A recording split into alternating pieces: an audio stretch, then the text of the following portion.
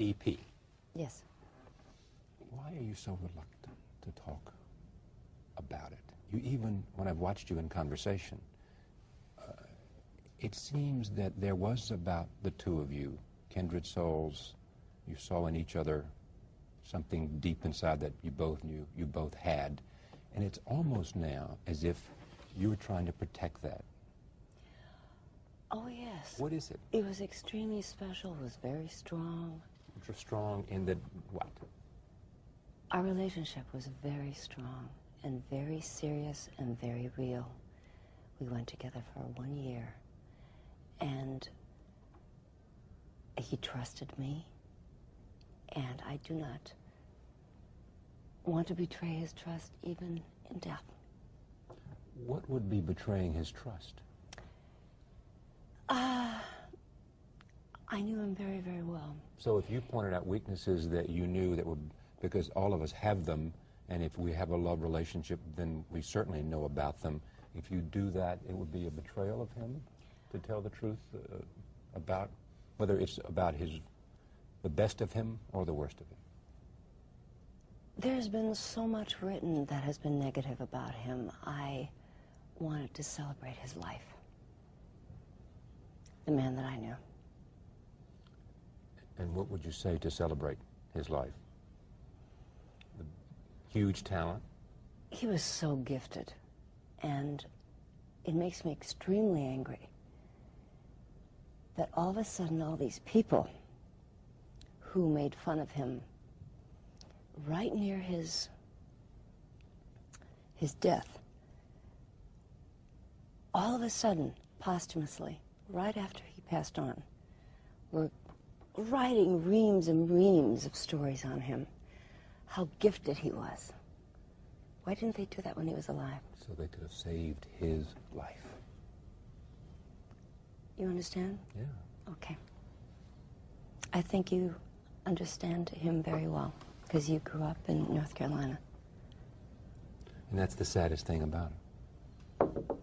Huge talent,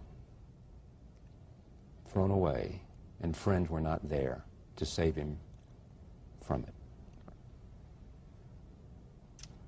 I just cherish his memory. And so did my father and my mom and my friends, and I remember great times that we had, and What was good his about it? generosity, and I know he sent flowers, and you knew that he was dead when the flowers didn't arrive, because you always got the flowers when you had a new engagement shaped like a guitar, and that was the day.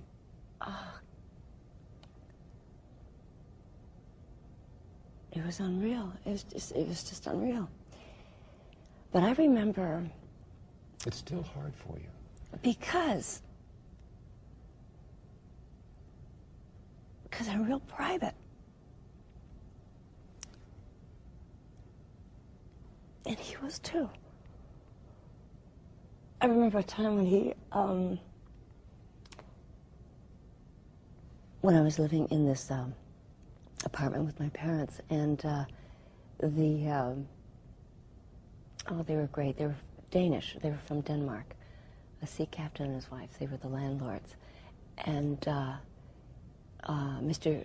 Jorgensen had passed away, and Mrs. Jorgensen was having a birthday, and Elvis had met her before, and he said, let's go and say a happy birthday to her. And he just was so sensitive and considerate, and he knew about honor and about respecting your elders and manners and being civilized and Worship the ground his mother walked on. yes, and he loved his family, loved his parents. He loved his little daughter so much. Why do you think? I mean, was he that unique a talent that when you think of the great entertainers of our time and those who have shaped the culture, he is high, very high on that list, and there's no one on the scene today like him. There never will be. Why? What was Well, it? he's one of these gentlemen who is an American original.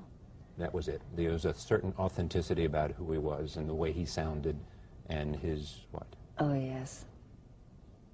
See, that's why it gets me crazy when these people, they write all these articles. Oh, he started this, he started that, and he was gifted. And he did.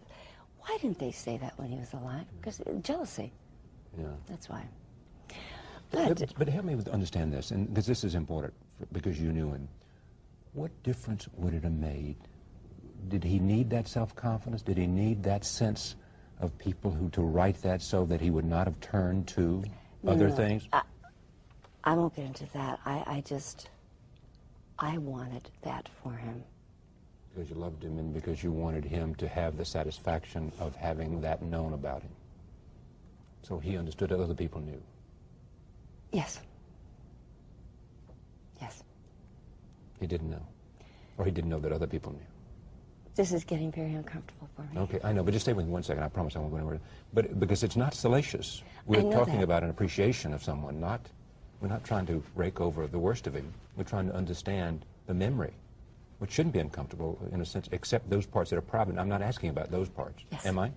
No, you're not. Okay. I'm not saying what went on, but in a sense because he's an American icon, you know, and you so eloquently and privately mourned that he didn't receive that kind of things that only was said in death.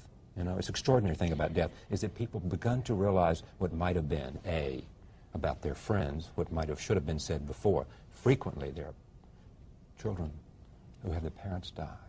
Pat Riley was here, the great coach for the New York Knicks and former of the LA Lakers. I know exactly who he is.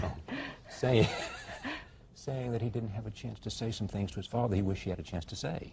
He, you know, now you clearly did. Clearly, and the thing that troubled you the most about your life, in a sense, was that during the period of alcoholism, there was an estrangement from family. And you having stated how much it means to you.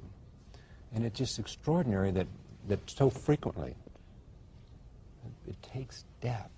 I remember the actor from Little House on the Prairie. Michael Landon. Michael Landon. Yes. You know, said when he was dying, and he knew he was dying, said, it's almost like you ought to say, you know, I am dying the day you're born. I am dying. So that you can get on with living and understanding how precious living is. Did he say that? Yeah. Was he a friend? I never met Michael, no. Yeah.